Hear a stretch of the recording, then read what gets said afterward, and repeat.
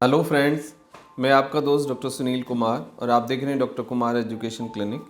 यदि आपको रात में अचानक पसीना आता है, घबराहट होती है, बेचैनी होती है और आपको वोमिट होता है या फिर आपको वोमिट करने का, उल्टी का मन करता है, आपको चेस्ट में हैवीनेस लगता है और आपको घबराहट, बेचैनी, परेशानी ये लगातार रिपीटेडली यदि होती है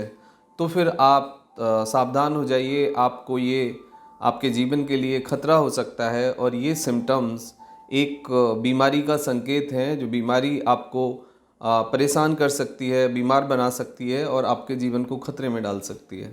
तो यदि इस तरह का कोई सिम्टम्स आपके साथ है, कोई लक्षण है, रात में इस तरह का कुछ आप फील करते हैं, एक बार सोने के बाद आपको कुछ घंटे बाद अचानक घबराहट, बेचैनी होती है, पसीना आता है और वोमिटिंग फील होती है और चेस्ट पे कंजेशन, हैवीनेस लगता है, तो फिर आपको इसके पीछे कुछ अंडरलाइन कॉज होते हैं, उसको पहले आपको समझने की आवश्यकता है। आपको इमीडिएटली थायराइड के लिए चेक कराने की आवश्यकता है। ब्लड प्रेशर चेक कराइए, आप ब्लड शुगर चेक कराइए, आपको स्लीप एपनिया तो नहीं है वो आप चेक कराइए, ओबेसिटी तो नहीं है, कॉर्नरी आर्टरी डिसीज़ तो नहीं है, आपको यूरिक एसिड या फिर आपका कोलेस्ट्रॉल, ये सब पैरामीटर आपके क्लिनिकली बढ़े हुए तो नहीं है, ये आपको जानने की ज़रूरत है।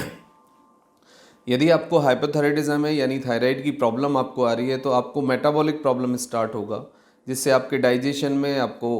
कॉन्स्टिपेशन हो सकता है, आपको वेट घट सकता है, हेयर फॉल हो सकता है, आपका जो ब्रीथिंग है पैटर्न वो बदल सकता है, बीपी आपका कम ज़्यादा हो सकता है।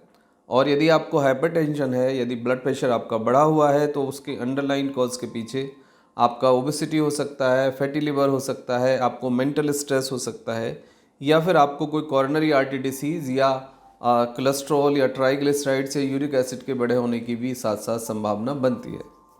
ओबेसिटी या फिर गर्ड गर्ड मतलब गैस्ट्रोइंटेस्टाइनल रिफ्लेक्स डिसऑर्डर, यानी आपका एसिड ऊपर की तरफ बफर करता है, वो चेस्ट में एसिड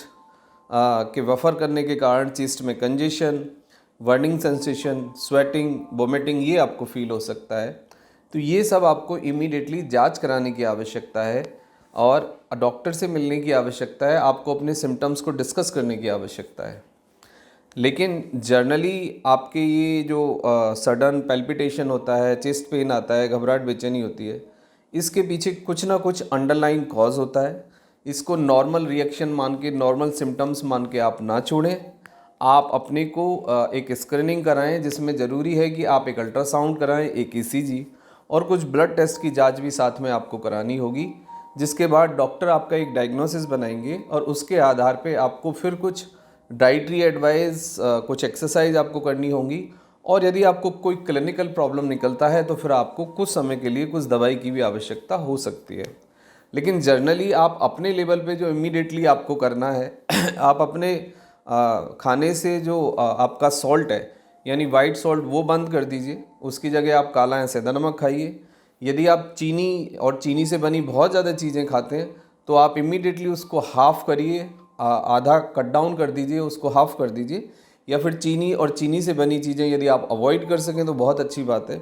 यदि आपके फूड के अंदर बहुत ज़्यादा रिफाइंड है, बहुत ज़्यादा कार्ब्स है, यानी कि आप डालडा, रिफाइंड घी ये सब ज़्यादा इस्तेमाल करते हैं, तो इसको कट डाउन करिए। कुकिंग में मस्टर्ड ऑयल यूज़ करिए या फिर आप देसी घी का भी इस्तेमाल कर सकते हैं in a limited quantity. Plus आप अपना वेट रिड्यूस करिए और अपने खाने में green veg vegetables as well as fruit शामिल करिए। आप थोड़ा सा फाइबर बढ़ाइए और कार्ब्स और फैट आप रिड्यूस करिए और 30 to 40 मिनट्स आप वॉकिंग करिए। लेकिन यदि इस तरह का कोई अलार्मिंग सिम्टम्स है तो आपको डॉक्टर के पास अप्रोच करना होगा, डॉक्टर को दिखाना होगा, एक डायग्नोसिस बनानी होगी और डायग्नोसिस बनने के बाद यानी प्रॉब्लम की, रोग की पहचान होने के बाद आपको एक सही इलाज मिलेगा, जिससे आप विद इन 3 मंथ्स बिल्कुल ठीक हो जाएंगे। बट मेक श्योर करें कि ये लाइफ स्टाइल चेंज भी आपको करने होंगे। आप अच्छी नींद लें, स्ट्रेस को मैनेज करें, टाइम से खाना खाएं और अपने खाने में रेशेदार यानी फाइबर फूड जितना आप ज़्यादा ले सकें और लिक्विड जो इनटेक है वो थोड़ा सा इंक्रीज़ करें। तो इससे आपको मेटाबॉलिक लेवल पे यदि कोई प्रॉब्लम है तो वो रेगुलेट होगी और आपको डाइजेस्टिव संबंधित या मेटाबॉलिक जो प्रॉब्लम्स हैं वो लाइफ स्टाइल से आप ठीक कर सकते हैं। बट यदि वो प्रॉब्लम क्लिनिकल है यानी कि अब वो प्रॉब्लम थोड़ी ज़्यादा बढ़ गई है और ब्लड के लेवल पे या फिर आपके एक्सरे के लेवल पे या अल्ट्रासाउंड या ईसीजी के लेवल पे यदि कोई चेंज मिलता है डॉक्टर को, तो उसके लिए आपको कुछ समय के लिए क्लिनिकल मेडिकल मैनेजमेंट पे रहना होगा, जिससे कि आप बिल्कुल ठीक हो जाएंगे। Thank you very much and take care yourself.